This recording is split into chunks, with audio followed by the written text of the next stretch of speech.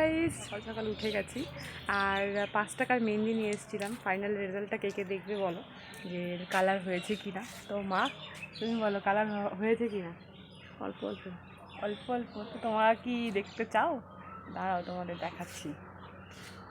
এই দেখো, অল্প অল্প না, মানে 5 টাকার মেহেন্দি হিসেবে ভালোই। হ্যাঁ 5 টাকার মেহেন্দি হিসেবে দারুণ কালার এসেছে। এই দেখো কালার হয়েছে, কিন্তু একটু লো কোয়ালিটি হয়তো আছে, তার জন্য মাঝে মাঝে একটু একটু মানে ইসেও রয়েছে। আবার এইগুলো দিয়েই উঠিয়েছিলাম, ডিজাইন করব, তো ওইটা মানে দিয়েই উঠিয়ে দেওয়ার পরেও কিন্তু কালারটা হয়েছে।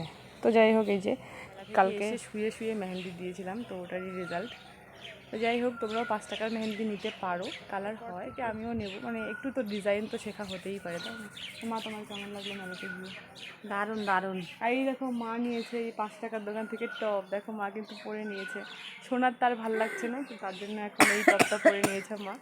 যাই হোক, চলো টাটা। সকাল সকাল তোমাদেরকে কিন্তু রেজাল্টটা ফাইনাল দিন যাচ্ছে ডিপ হচ্ছে। তো গাইস, এটা কিন্তু রাত্রের রেজাল্ট। আমি কিন্তু তোমাদের সকাল সকাল দেখিয়েছি, আর রাত্রিবেলা কিন্তু এতটা ডিপ হয়ে গিয়েছিল। অ্যান্ড ট্রাস্ট মি গাইস, এতটা কালার হবে আমি ভাবতেও পারিনি। প্রথমে যখন দিয়েছিলাম তখন একটু মনটা খারাপ হয়ে গিয়েছিল, ভেবেছিলাম মেহেন্দিটা হয়তো খারাপ কিংবা হাতে হয়তো র্যাশ বেরোবে, বাট ফাইনাল রেজাল্ট দেখে তো আমিও অবাক। আমি তো মেলা থেকে আরও নিয়ে আসবো।